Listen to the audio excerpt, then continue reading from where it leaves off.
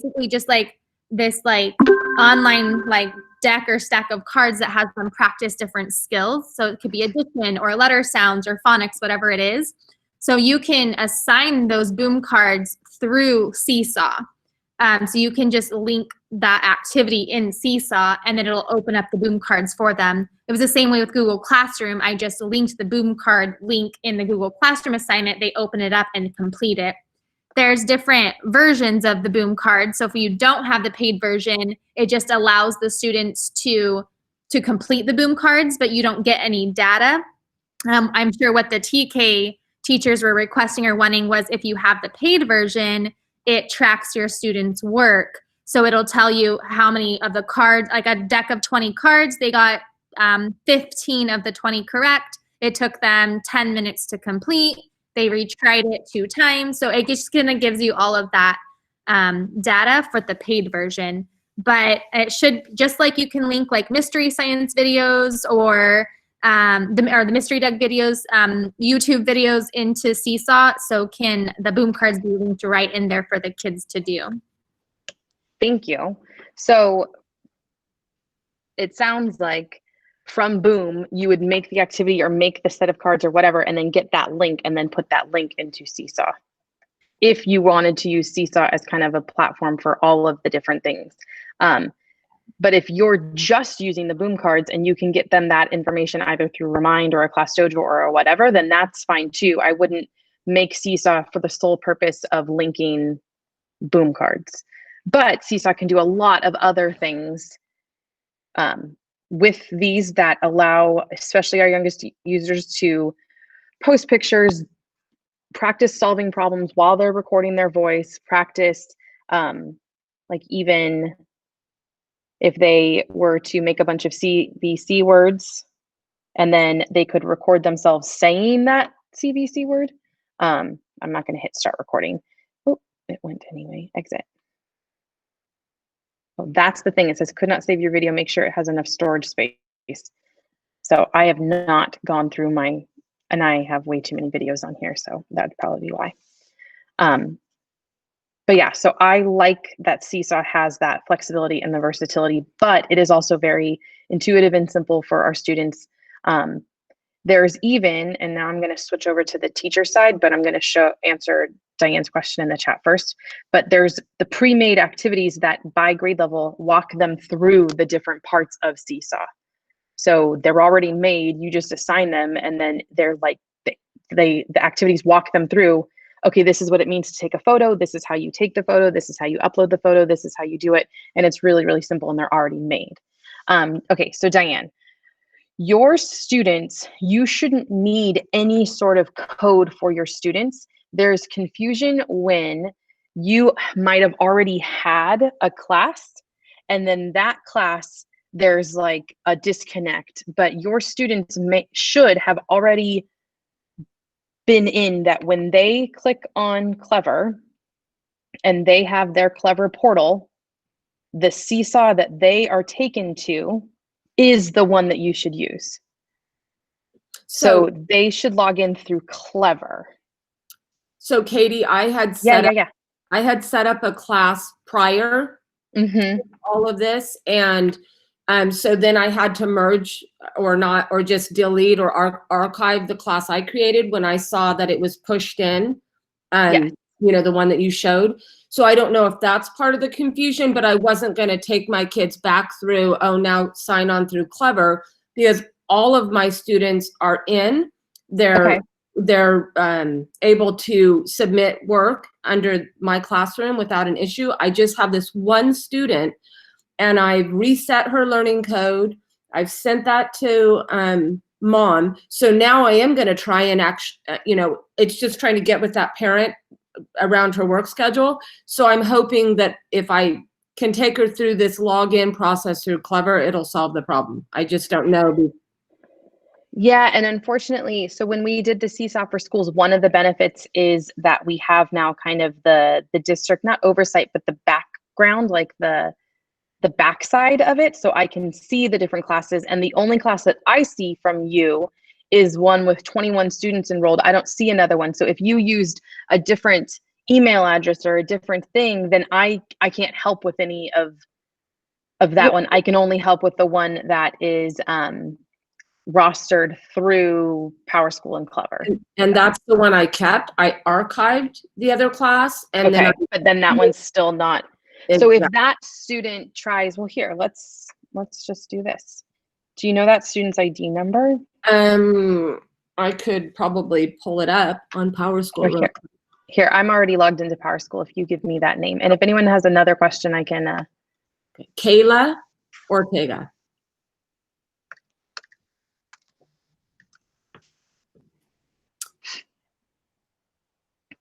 And so can I just say, so I don't know if you can, maybe this is not just specific to Seesaw, but it seems like start of the week, whether they're doing updates, that a lot of my students are having issues with apps disappearing and having to reload them.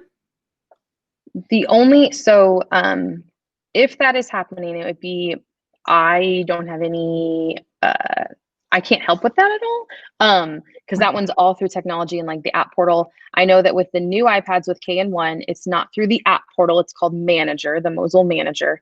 But they shouldn't just be like disappearing unless, like, for example, Zoom last week, they uninstalled all of them. And then you had to go back in and reinstall. And then for some, it wasn't even showing up when you tried to reinstall them. But that was for the purpose of like a clean slate, because if you had already logged into Zoom with one thing, they wanted to be able to like force into relogging in. But I honestly, if it's not showing up, or if it's there one time and then not there, and I've requested that whatever's in the student portal is also in the teacher portal so that you guys can see. That's not always the case. It's also like each person's app portal, each student's app portal or manager, whatever the case may be, is based on their grade level, their school site, and sometimes even by teacher, because a certain teacher may have requested it. So it's good and bad, because I might assume that Seesaw's in there for everyone because that's what we've requested, but something may have happened, or yeah. So if that's the case, sometimes the iPad needs to be resynced, and your site tech can kind of work through that. But here's Kayla's page, and when Kayla clicks on Seesaw, I'm going to say no thanks, but here's what I see when I logged in through Clever with Kayla. Okay, well, that's interesting, because that's like Jennifer. That's not Kayla. Well, because this is the class journal, so it's showing everyone's. On Kayla, Kayla doesn't have anything yet. Okay, so mom had said that she logged in one day and everything was fine, and then went back to log in and hasn't been able to log in successfully since. So I would tell her to try logging in through Clever, because this is the correct class that worked when I logged in through Clever. Okay. And she's only got that one, but yeah, she doesn't have any work. And then the class journal is everyone else's so far. Okay. I'm going to switch over now and stop sharing on that and share my regular computer screen. Teachers can also use the app, but it is probably a little easier to use the laptop at first. So I'm going to share this really quick. I'm going to first share Clever, just to show one aspect of it. So logging in as a teacher.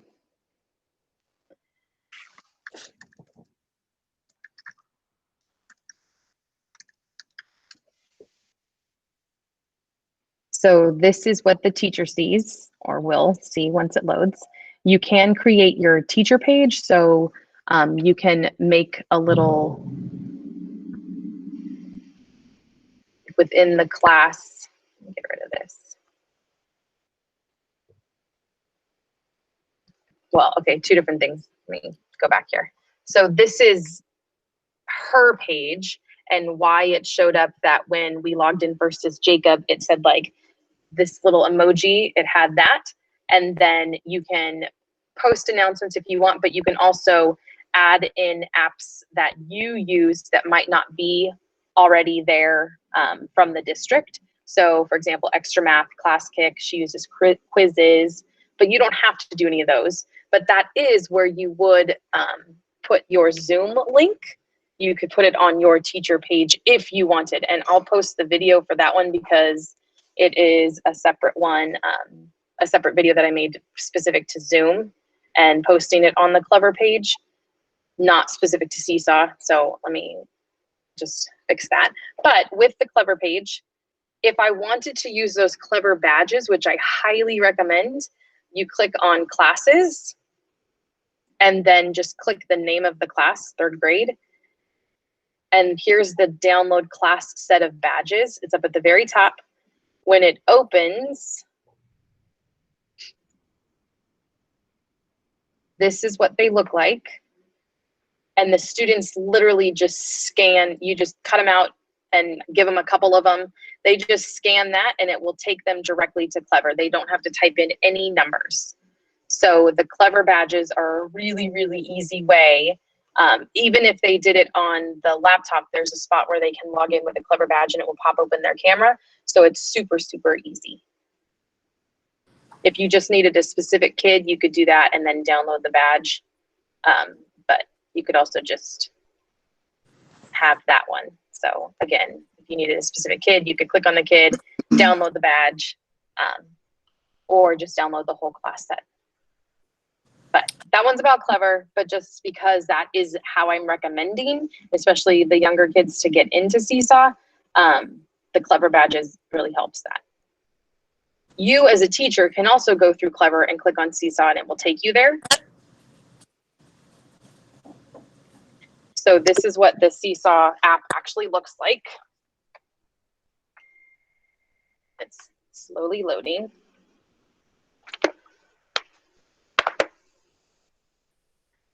You shouldn't have to do these get home learning codes because the students are already rostered. They're already in there. Even if you have different classes, like she may have already had classes prior, but she archived them or are just using this one. But this is what it looks like on the teacher end. Very similar to the students. It's a similar layout. The feed or the journal is here. The students are all here. We have the journal, the activities, the inbox, and then something that the teacher has but the students do not have is skills. But it's the same kind of idea. They can hit the plus sign.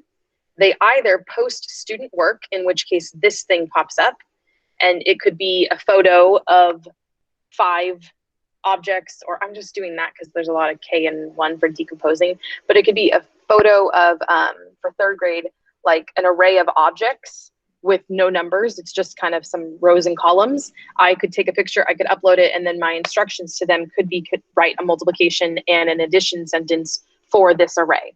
And so I could post the picture, put it on there, and then the students are able to take that picture and then write on it. So that could be one. But then the assign activity is where all of the activity library is. And that's where I said that there's already a lot built. This is her activity library. It says my library. School and district, because we have Seesaw for schools now, you can share out activities that you've made at a district level. So these are things that actual 2nd and 3rd and some other grade level, but actual Sanger teachers have made that they said might be appropriate for 3rd grade. So is that you, Starla, the daily feeling check-in? There's just, oh no, Miss Sanchez, so that's Jefferson Sanchez at, or not Jefferson, Jennifer Sanchez at Jefferson made this and then shared it. So you can use any of those. There's also just the community, and that's the huge activity library. So for example, say I have a kindergarten student. There are these up at the top that are kind of like a bank of a few activities that are already done. And this is the one that I was saying where the activities themselves show you how to use the camera, how to use the drawing, how to do the keypad or the typing. And all you have to do is click on them and then click assign, and you assign it to your class and click assign to class. I'm not going to. You can also schedule it for a later time, so it would show up later on. I'm not going to because this is the 3rd grade teacher and I don't want to freak them out. But it shows you what it is. The ones that come from Seesaw that are made by Seesaw, they all have the play instructions so that it reads to the students. The students don't have to read, and they all have these little icons that tell them exactly like what buttons they're going to push. It usually will tell you what it's compatible with. Almost all of them are compatible with iPads, so you don't have to worry about that because Seesaw started as an iPad app. But that's one of the cool things with all of the activity library is that there's already a ton out there. Now, those are more like how to get started with Seesaw, and you can see there for each grade. So even if there's 5th grade, there's a getting started with Seesaw in 5th grade, and the activities are more 5th grade related as opposed to like a kindergarten thing. Then they also, I'll just choose 2nd grade. Then there's also like, these are popular in 2nd grade this week. Or you can say, I want a 2nd grade math one. Or you can search specifically in 2nd grade math. But like 2nd grade math in general, there's about 7,000 activities that are already made out there. And you can sort them by, like right now, they're set up by how many likes. So this domino addition activity has gotten 54,000 likes. And it's as simple as clicking assign and then assigning to your grade or scheduling it to your class. Then for the student, it shows up. Get rid of all of this. For the student, it shows up in the, not the class journal, but in the activities tab. And it shows like for the teacher, it says, these are the ones that are already assigned. These are the ones that might be scheduled. If you don't have any, you could browse them. And these are the ones that have been archived or finished. For this teacher, she just has a bunch assigned. So she could actually click on them and then see each of the students' work. So Isaac has a draft. Stephen Oviedo is done. So she could click on it and then review his work.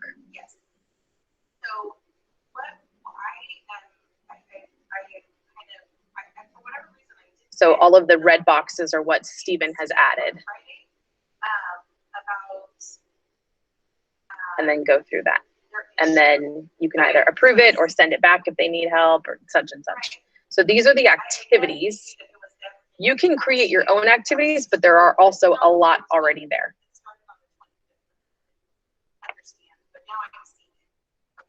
Okay, so we've looked at what it looks like from a student perspective. One other thing with the teacher. So if you don't like the color or your icon, you can change all of that. It just came over from PowerSchool. I think just random numbers and icons were assigned, but you can click on this little gear up in the top corner. And when you click on the gear, you can manage teachers, and this is where you would add a co-teacher. So if you wanted your PLC, you could add, and then they would get an email invite. There isn't, every teacher has the same permission. You could also, it says like if it's not working to type in your co-teacher's email address there, you can click here and then it'll give you an invite link. But all teachers will have the same permissions. So they can approve the items, delete items. So just keep that in mind. You can also change the class theme, so a different color, as well as the class icon, as well as uploading an image if you don't like any of these images. The 3G is 3rd grade, so yours might be KG or 1G for 1st grade. Do not change any of these things, like the student sign-in mode. We want it to be that. The managed students, this is where you would add a student, but they should come over from PowerSchool. Even if you get a new student, there'll be a little bit of lag time, but they should show up. I said earlier that this teacher has not turned on student likes and comments. It has a very Facebooky feel, but on that class journal, you could make it so that they can give each other, like, they're not thumbs up, they're little hearts, but you can make it so that they can heart each other. You can make it so that they can do comments, but that those comments need approval or don't need approval. You can choose all of that. I'm gonna not mess with any of her settings though.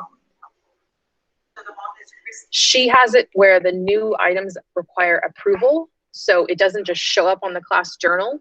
The teacher first has to kind of look at it and then say, okay, I approve. You can also look at a bunch and say approve all. So that's fine. And then the item editing, you do want to make sure that this is on, but it should be on by default. We turned all of them on by default, but if there's ever a time where you've posted something and the students are like, well, I can't do anything with it, it's because the item editing hasn't been turned on.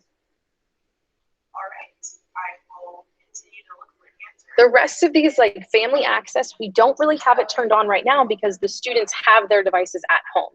Once we're back in the classroom and the students' devices stay in the classroom and their families still want to look and see what they're doing, that's when you would enable the family access. And there's actually a Seesaw family app as opposed to Seesaw class, which is what is in the app portal. And that's what they would use to kind of continue to check up. And in that case, there's like a code that you give to the parents, and the parent can only see their students' work. They can't see the whole class, all the other students. If you're going into a lot of different activities and you want to be able to organize them, there are folders that you can there's folders that you can make and then tell the students to turn them into certain folders, but that's kind of up to you. And yeah, so that's all of that. Then the other thing, and I'm sorry, I'm kind of like thinking as more things happen. Right now, I'm just seeing the class. Oh, I zoomed in. Let me get out of this. There. So I'm just seeing the class journal. You can see down here where it says the 89 unapproved posts. I can review those, and that's because she's turned on that they don't show up into the journal until the teacher has reviewed them. But if that's a lot and you're like, oh, I don't want to have to scroll through all of this stuff in order to find an assignment that I did 3 days ago, there's also the calendar view. So you can click on the calendar view and then see the different assignments that were on those different days. So if it was something that was like on September 16th, I can see just the 28 items that were on September 16th from whoever it was from. So there's the two different views to see it. The feed, kind of just scrolling through, or the calendar view. And the students can see that too. From the student perspective, they also can either see the feed or they can click on the calendar and see the calendar view. So I like that too. Okay, so that was a lot. Let me go see the chat. So Wilson second grade passed out those laminated, awesome, the Clever badges, because it works for iReady too, and anything else within Clever. So if you put in, and I said that I was going to put this video for how to get,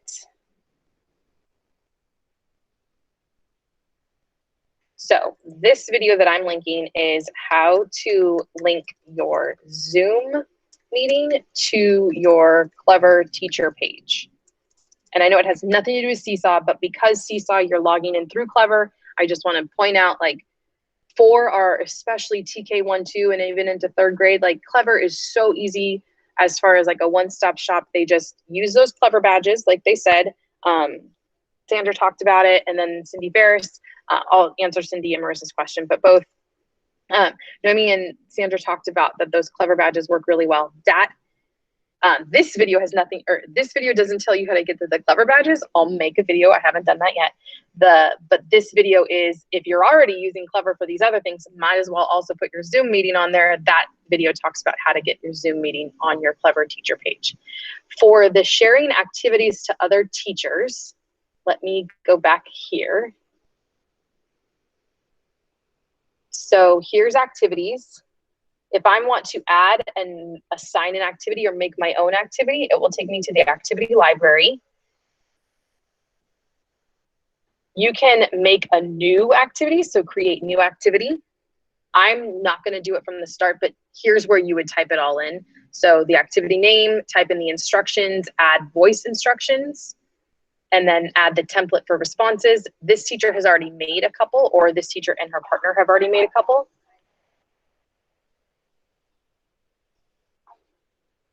So let me go back. So say, for example, this one on the, this one, Janelle made this one. If they wanted to share it out, it would be these 3 dots at the bottom, and then share activity. And then you can share to school and district libraries. And then it will just automatically, you can also select particular teachers. These are all ones at Sanger, I'm not at Sanger. These are all ones at Jackson, where this teacher is. They show up, but you can also enter in an email address for just anyone. But if you just want to quickly share to the whole school and the district, then it's this top one, share teachers. And that's for an activity that you've already used. Or I'm sorry, like an activity that you made. And then Cindy, the tutorials for how to learn, they're in the these things. So there's videos, and I'll show you where the videos are on the Seesaw website, but the activities that get our students to learn Seesaw are in the activity library, which we got by clicking on the plus sign on the teacher side, clicking on the plus sign and then add activity. On the teacher, I'm sorry, the activity library, so like pre-K, it doesn't say TK, it says pre-K, but here are those. It's all the getting started with Seesaw in pre-K. And then you just click on them, click assign, your class is there, click assign to one class. I believe you can also, yes, you can also select students within that. Like if you just wanted these 5 students or this group or whatever, you could also do that. And then click back to class. So how I got there was add assign activity. The last one is just an announcement, and that just shows up in the feed. It also goes to the notifications if you're using notifications. As far as like tutorial videos for adults, here's where those are. So let me share this tab. I'm showing how to get there from Sanger Learns just so we have them, just so you know. Christina, I see your question. I'll get there in just a second. But from Sanger Learns, oh dear. There we go. From Sanger Learns, click teachers and staff.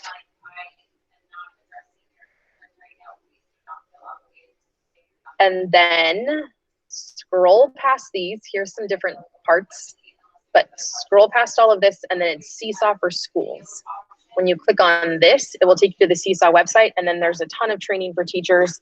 There are some videos in English and in Spanish, either linked here or on their YouTube channel, which I'll link their YouTube channel in the chat.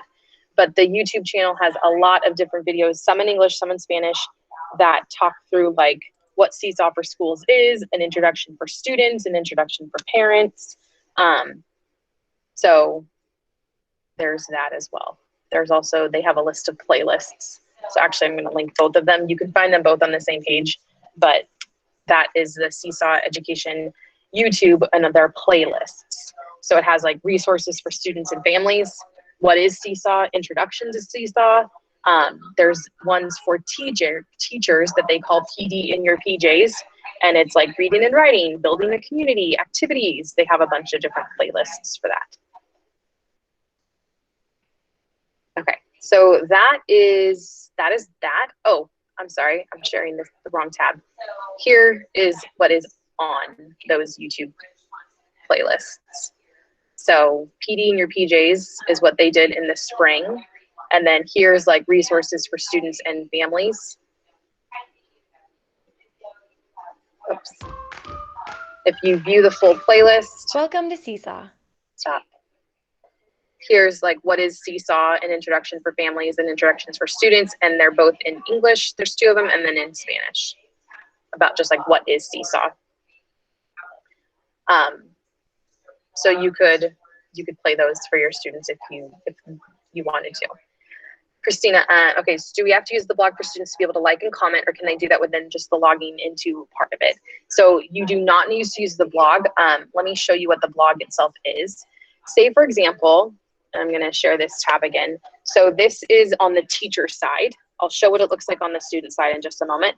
But this is on the teacher side. If I click back to this gear, one of the options was the class blog. It's not even turned on for this teacher, but what it is say when we come back, or even now, but basically like the teacher can make a website, for lack of a better word, but it's an outside website that anyone could see, not just parents, although you can lock it down, but you could send it out, and like it's then a website that that parents could look at not only there, but other students' work. So later on, when the iPads stay at school and you enable family access, then the students and parents can only see like Mike's parents can only see Mike's work. If you want them to be able to see others, like great examples of different work, you could enable the blog. And when you do that, let me get rid of this, I zoomed in too much.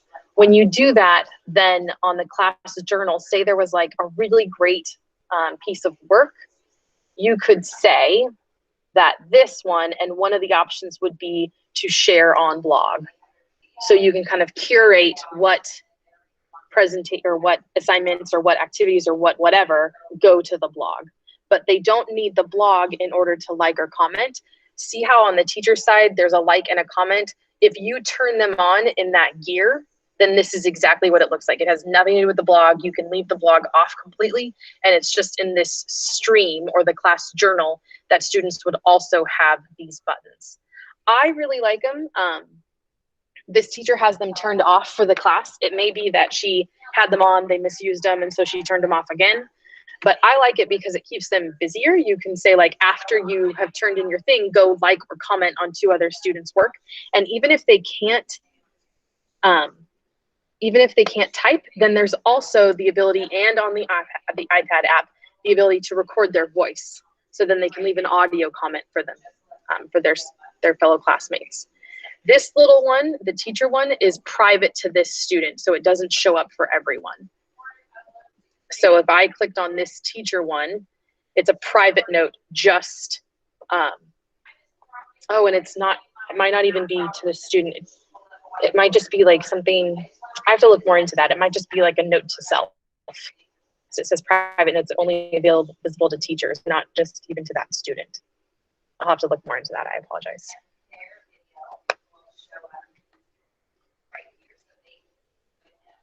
But yeah. How's it going? What other things?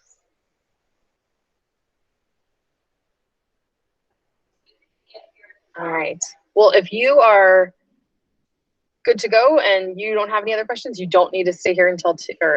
It's just kind of like if you had any other questions, you can hang out. I did record this, but I started it a little late, so I didn't see some of the teacher or the student side. So I'm going to stop sharing my screen and then just talk over the student side again so that it's in the recording. But if you've already heard that, feel free to take off. And thank you, Marissa, for not only stopping by, but reminding me to record. So my bad, I forgot to do it earlier. So I'm going to show from the student side now. Let me get out of this student.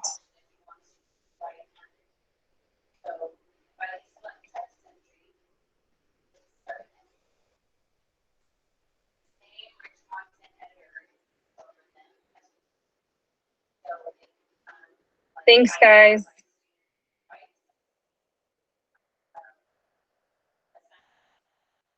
And again, feel free to hang out if you want to, but I'm going to just walk through how the student would log in. I need to find a student ID.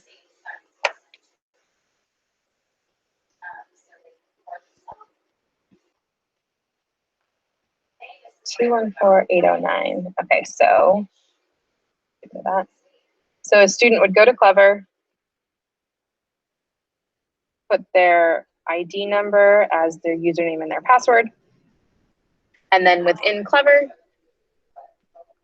They can scroll and find Seesaw.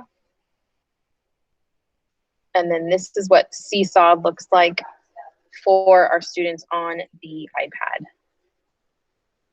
So they see the class journal with a lot of people's work, but they can also just click on their name and see only their work. You can see that some of these are drafts that are just available to themselves and the teacher. Some of them have been turned in, but it says waiting for teacher approval.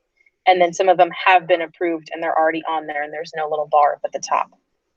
If I just wanted to have my students, like if the prompt was go and find 5 circles around your house, or find 5 spheres, then you could click add, they could click photo, and they could just take some photos. You could also have them upload photos from their camera roll.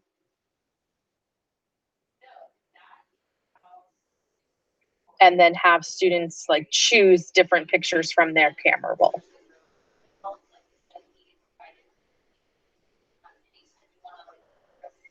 If you are using the activities, they show up here off to the side underneath the name of the class itself.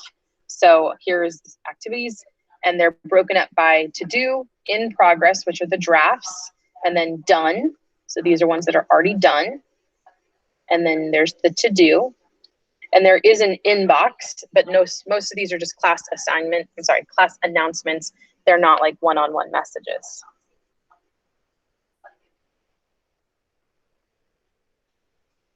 So this is what it looks like from the student side. When they click on add, all the options that they get are right here, as opposed to on the teacher side, when they click on add, they're given these options as well as how to do the add activities or to do an announcement. But on the student side, all they have is this. So that's kind of Seesaw from the student perspective. Recommended going through Clever. That's the way to do it. And then they can see all of their work. So I just wanted to make sure that that was recorded as well, because earlier I didn't get to, and then I'm going to stop the recording. But if you have any questions, you can hang out, or yeah, even if it's not about Seesaw, that's fine too. But I'm going to stop this recording.